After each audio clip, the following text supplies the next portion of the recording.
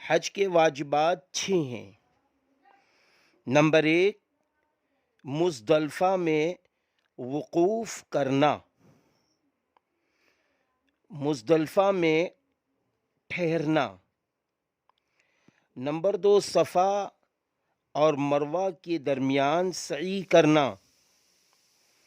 Number 3، رمی جمار یعنی کنکریاں شیطان کو مارنا۔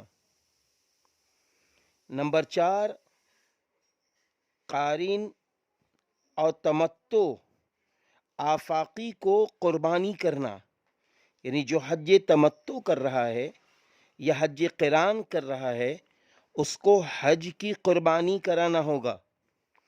نمبر 5، سر کے بال مڑوانا۔ حجین بہنیں اپنے بالوں کی چوٹی کا آخری حصہ پکڑیں اور 1 انگل کاٹیں بالوں کو۔ نمبر 6، طواف وداع کرنا۔